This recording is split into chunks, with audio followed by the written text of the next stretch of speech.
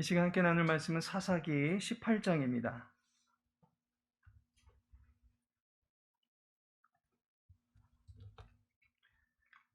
사사기 18장 11절에서 13절까지의 말씀입니다.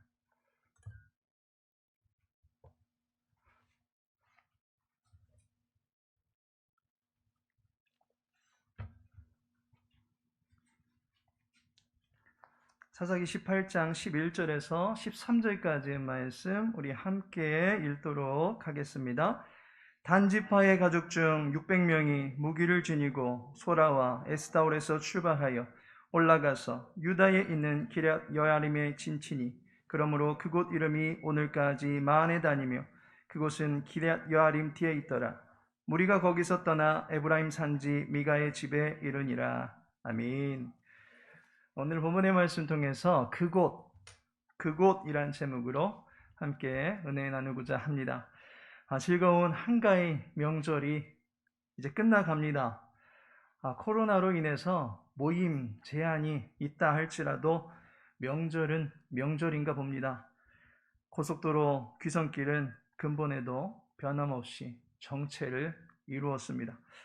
우리 성도님들 중에서도 먼 길 다녀오신 분들이 계실 터인데 고향에 가면 어떠하십니까? 고향에 가면 저마다의 추억이 있을 것입니다. 어린 시절의 일기장이 고스란히 펼쳐져 있는 곳이 바로 고향입니다. 동네 어귀의 개울가에서 팬티 하나만 입고 물장구 치며 물고기 잡던 시절이 그려지시는 분도 계실 것입니다. 누렇게 익은 벼들을 보면 농약을 치시던 할아버지의 논일을 거들어드리던 때가 생각이 나시는 분도 계실 것입니다. 높고 푸른 하늘에 둥실둥실 떠가는 하얀 구름을 바라보고 있으면 때묻지 않았던 시절을 회상케 하는 고향이 주는 체면술에서 빠져나오지 못하시는 그런 분들이 계실 것입니다. 고향처럼 우리에게는 의미가 담겨져 있는 그러한 장소들이 있습니다. 그곳에만 가면 소중했던 옛 기억들이 다시금 떠오릅니다. 다른 사람들에게는 아무렇지도 않은 곳이지만 나에게만큼은 의미 있는 장소가 있습니다. 오늘 본문에서는 세 개의 절 속에 지명이 언급되고 있는 것을 보게 됩니다. 이 지명들은 저마다 의미를 품고 있는 곳입니다. 오늘은 본문에 나타난 지명들을 살펴보면서 그곳에 담긴 의미가 무엇인지 함께 알아보고자 합니다. 본문에는 5개의 장소가 나옵니다. 11절에 소라와 에스다올, 그리고 12절에 기럇 여아림 또는 마하네단, 그리고 13절에 에브라임 산지가 나오고 있습니다. 이곳에는 각각 어떤 의미들이 담겨져 있습니까? 각각의 장소에 담긴 역사적인 의미가 있습니다. 그곳에 가면 무엇이 생각나겠습니까? 첫째로 소라와 에스다올은 언약이 성취된 곳이다 라고 하는 것입니다. 그곳에 가면 하나님께서 약속을 지키셨구나 라고 하는 것을 깨닫게 되는 것입니다. 11절에 소라와 에스다올이 나옵니다. 이곳은 여호수아 19장 41절을 보시면 그들의 기업의 지역은 소라와 에스다올과 이르세메스와 라고 말씀하고 있습니다. 소라와 에스다올은 단지파에게 있어서는 핵심 지역이다 라고 말할 수 있습니다. 한국 하면 서울이 떠오르고 일본 하면 동경이 먼저 떠오르듯이 단 하면 소라와 에스다올 이 지역이 먼저 떠오르게 되어 있습니다. 이곳은 단지파에게 있어서는 약속하신 하나님의 말씀이 그대로 이루어진 가장 대표적인 장소다라고 볼 수 있을 것입니다. 이스라엘은 가나안 땅에 들어오기 위해서 애굽에서 떠났던 것입니다. 이 가나안 땅에 들어오기 위해서 광야에서 40년간을 인내하며 지냈습니다. 애굽 400년이라는 긴 시간 동안 믿음으로 붙잡고 있었던 약속이 비로소 성취되는 것을 목도했던 현장이 바로 소라와 에스다올이다라고 볼 수 있습니다. 하나님께서 은혜를 베풀어 주신 뜻깊은 장소입니다. 그곳에서 하나님의 친한 사랑을 계속적으로 생각해 볼 수 있게 되는 것입니다. 여호와께 오래도록 간구하던 기도가 응답이 되는 때가 있을 것입니다. 간절히 바라며 기도하며 기다렸다가 하나님께서 기적같이 이루어 주시는 은혜를 경험했던 때가 있을 것입니다. 이것은 하나님의 은혜가 아니고서는 결코 내 평생에 누려볼 수 없는 그러한 일이다라고 하는 것을 겪을 때가 있습니다. 단지파가 이 땅에 들어갔을 때 그들에게도 바로 이와 같은 감격이 있었던 것입니다. 광야에서 천막을 쳤다가 걷었다가 먹을 것을 구하러 광야를 누비며 마실 물을 구하러 다녔습니다. 그러나 이제 가나안 땅에 들어오면서 정착을 하게 됩니다.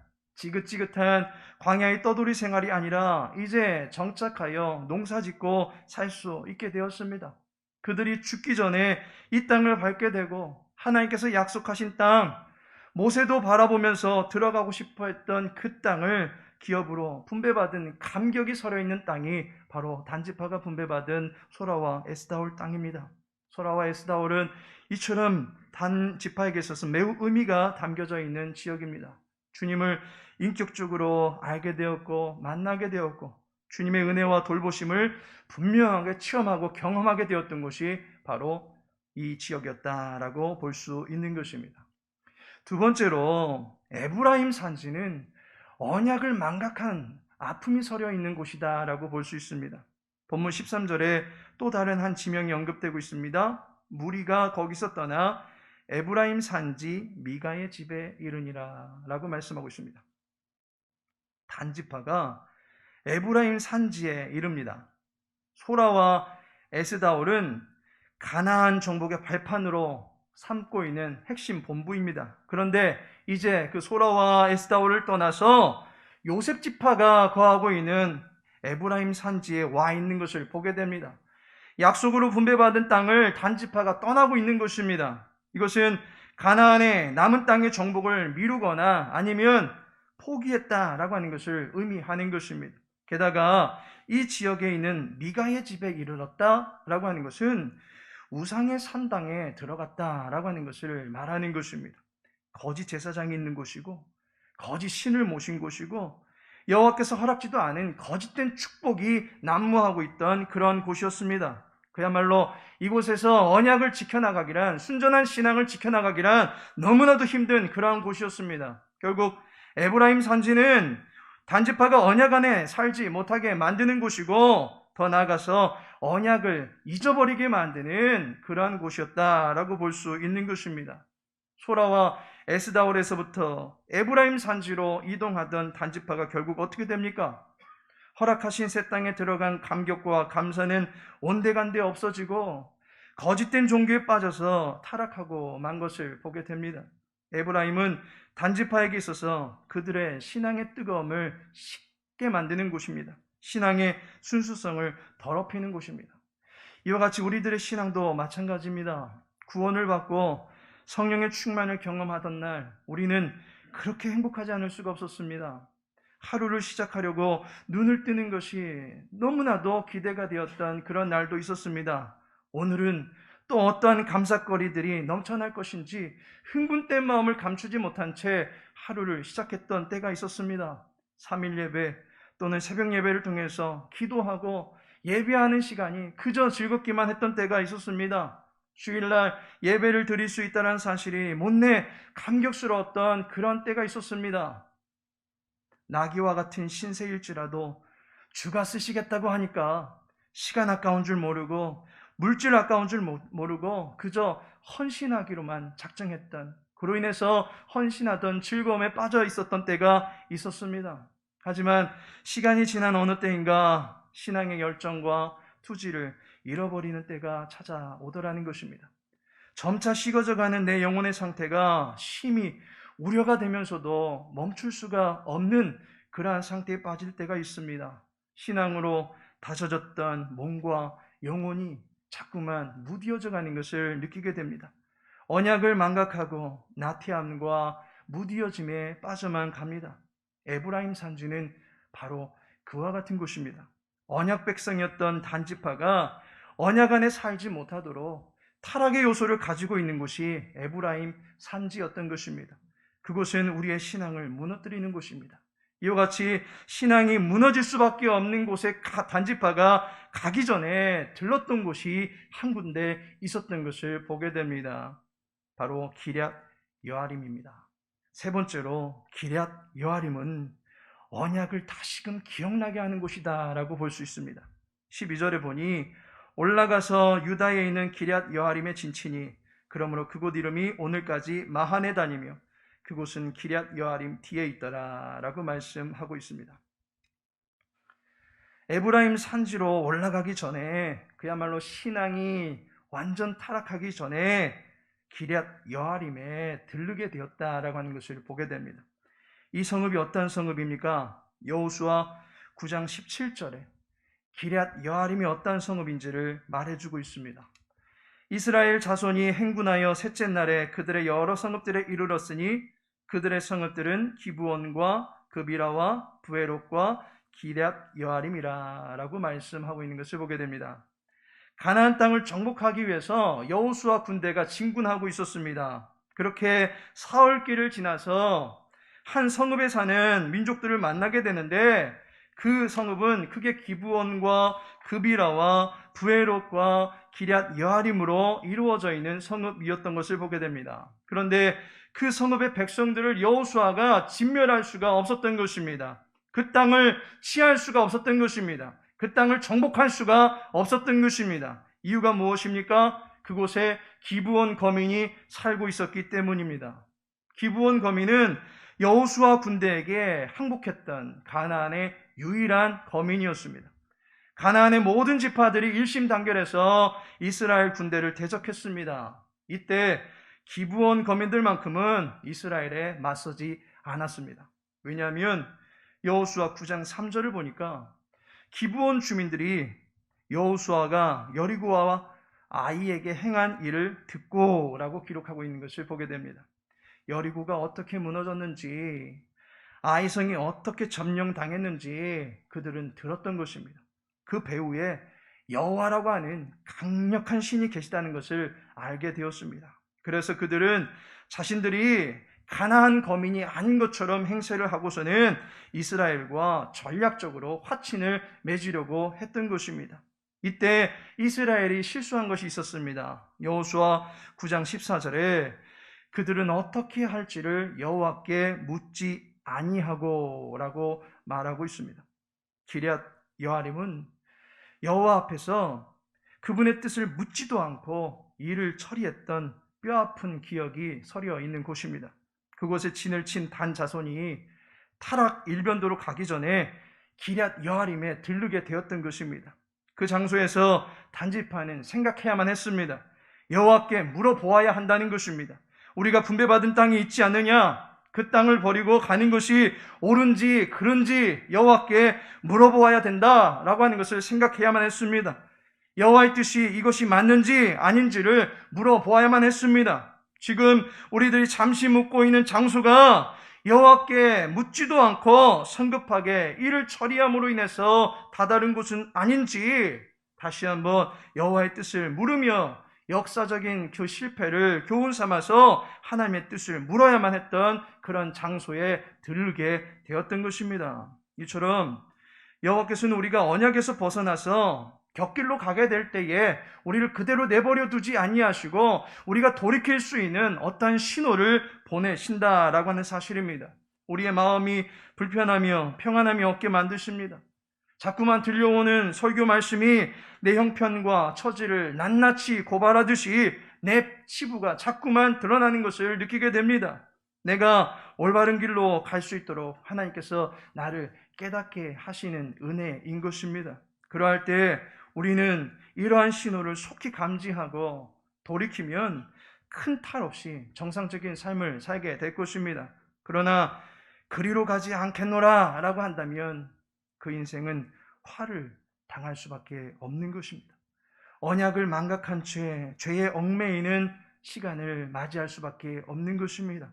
기럇 여아림은 단지파를 깨닫게 하는 장소입니다. 언약을 기억하게 만드는 장소입니다. 그러면서 단지파를 돌이키려고 하시는 하나님의 간절한 바람이 서려 있던 장소였던 것입니다. 그런데 그 교훈에 귀를 기울이지 않았던 단지파의 말로를 보게 됩니다.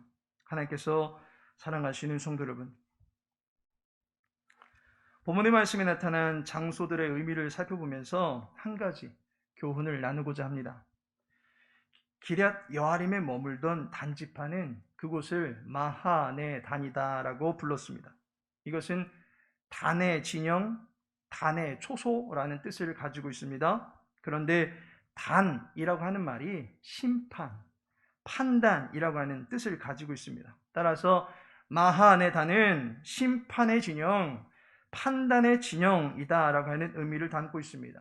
마하네 단은 의의 길과 부정한 길의 기로에서 어느 길로 가느냐에 따라서 심판이냐 생명이냐 갈림길로 갈릴 수 있다라고 하는 것을 말해주고 있는 곳입니다.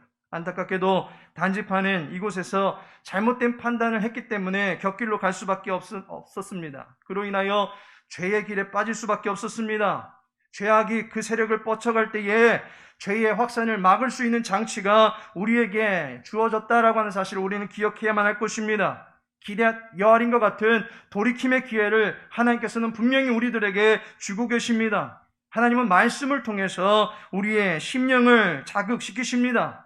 들려오는 설교 말씀을 통해서 우리의 죄를 지적하십니다.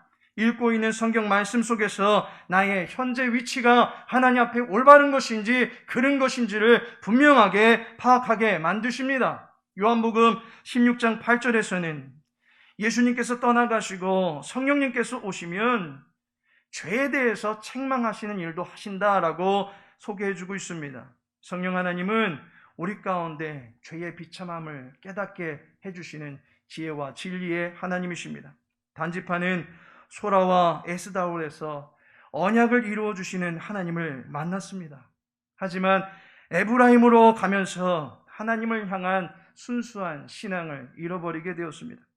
그런데 그곳에 가기 전에 기럇 여아림을 들르게 만드셨다라고 하는 것입니다. 우리가 곁길로 나아갈 때 하나님은 살아계셔서 우리가 올바른 길로 갈 수 있도록 우리를 인도해 주시는 분이십니다.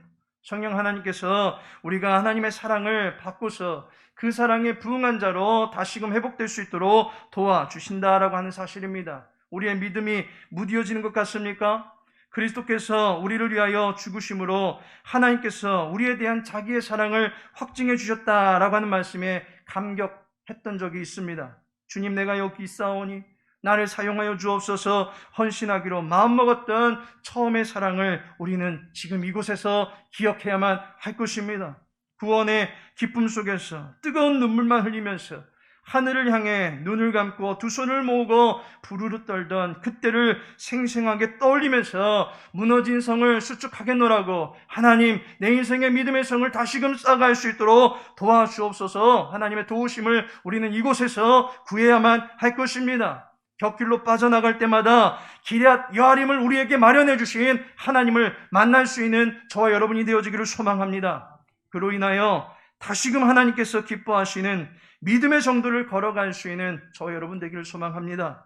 이루어가는 믿음의 정도를 이루어가는 일에 있어서 다시 한번 힘을 내시고 또다시 신앙의 전성기를 이루어서 훗날에 믿음 생활에 값진 추억을 남길 수 있는 우리 광명 창성교회가 되어지기를, 또한 이곳에서의 모든 믿음의 삶이 되어지기를 예수님의 이름으로 축복합니다.